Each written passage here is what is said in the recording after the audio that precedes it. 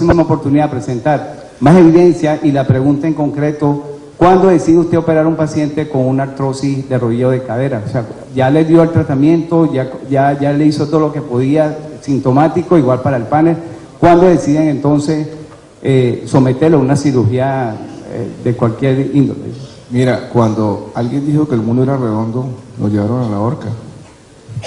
Una vez precisamente les dije a usted, quiero impactarlos con la presentación para que queden pensando que hay otras alternativas diferentes. El mundo científico está ahora en el camino de la inmunología. El estudio de la inflamación nos muestra que es un factor común, no solo en la artrosis, sino en el cáncer, en la diabetes, en la hipertensión. Esa alteración permanente que tenemos desde la pequeña infancia, esa alteración que tenemos desde que estamos en el vientre materno, nos va a llevar a que nos enfermemos de una manera u otra. La contaminación ambiental está haciendo cambios epigenéticos en el organismo. Y eso va a llevar a que cada vez envejezcamos y nos enfermemos a temprana edad. Pero sí hay evidencia científica, doctor. Lo que pasa es que en 10 minutos es imposible mostrar toda la evidencia científica que tiene la medicina biológica. Pero lo invito, mi correo electrónico está ahí, que entremos en contacto y le puedo colaborar. Muchas gracias. Y el resto es que la sociedad colombiana me dé la oportunidad de mostrar un panel con más amplitud y ahí estaré.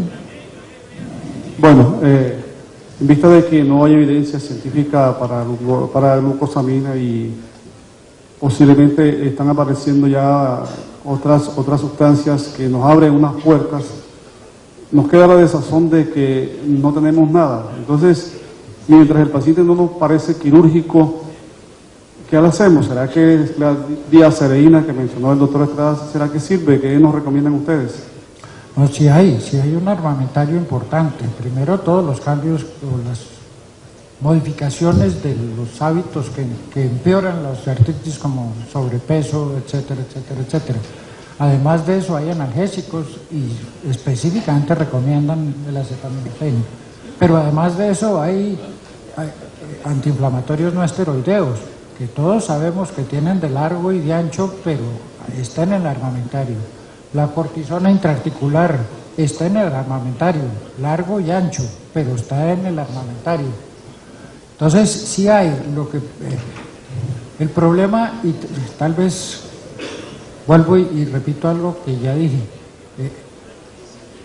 Yo no creo que es que no sirvan, lo que estoy diciendo es que no hay evidencia que demuestre que sirve. Puede ser que si logran hacer estudios de 50.000 pacientes, la evidencia confirme que sí hay un efecto, pero cuando uno necesita tantos pacientes para demostrar el efecto, es porque el efecto es prácticamente despreciable. Si el efecto fuese importante, con muy pocos estudios no estaríamos debatiendo esto, pero es que ha habido, yo no sé cuántos, como cerca de 600 experimentos clínicos aleatorizados, más por lo menos 15 o 20 metaanálisis, y seguimos discutiendo si sí sirve o si no sirve. Eso es porque el efecto es muy marginal, que es tal vez el mensaje que quise decir antes.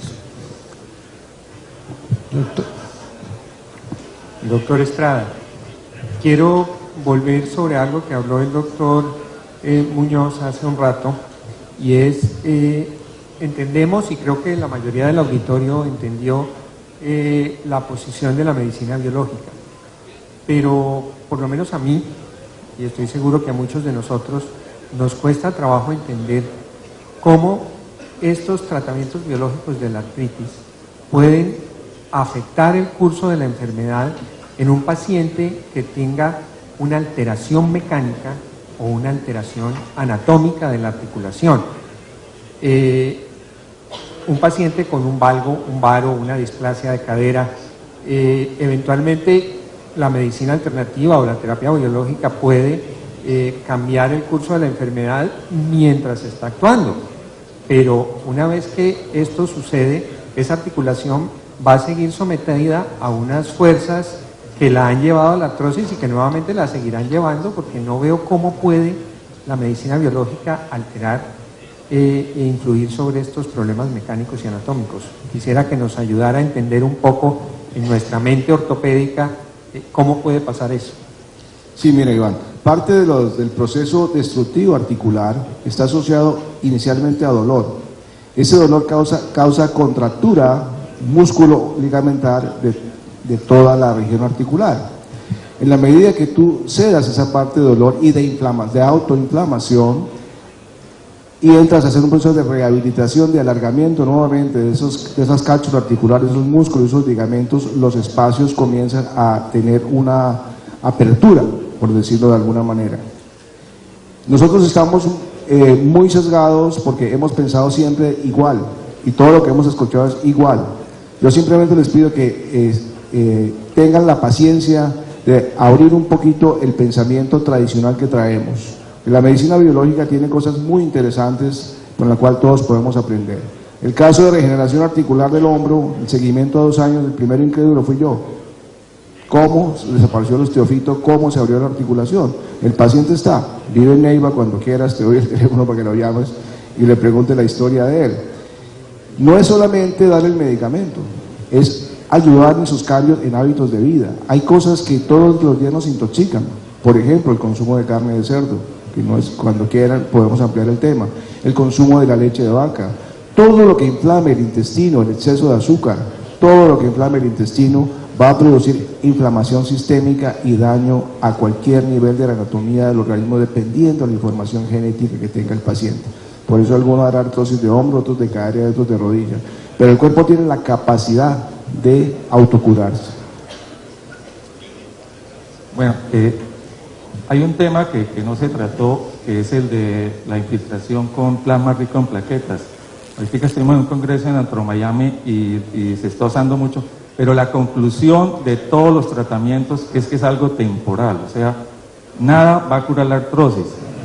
Yo le pregunto al doctor Estrada si ha hecho un seguimiento, como preguntó el anterior, de cuántos pacientes de esos han terminado en reemplazo de rodilla. El problema que pasa cuando uno atiende pacientes de todas las provincias es que muchos pacientes se pierden.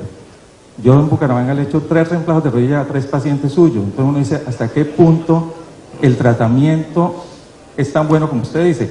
Lo otro, si la radiografía fue tomada con apoyo o sin apoyo, la del control posterior, porque la verdad me queda difícil creer que una artrosis con problema mecánico va a mejorar de esa manera.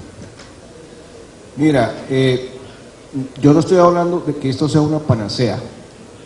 Partamos que la medicina biológica no es una panacea, pero sí es una alternativa diferente. Yo tengo pacientes de 10 años de seguimiento y están bien. Son pacientes que se han autodisciplinado en su hábito diario y en su hábito nutricional.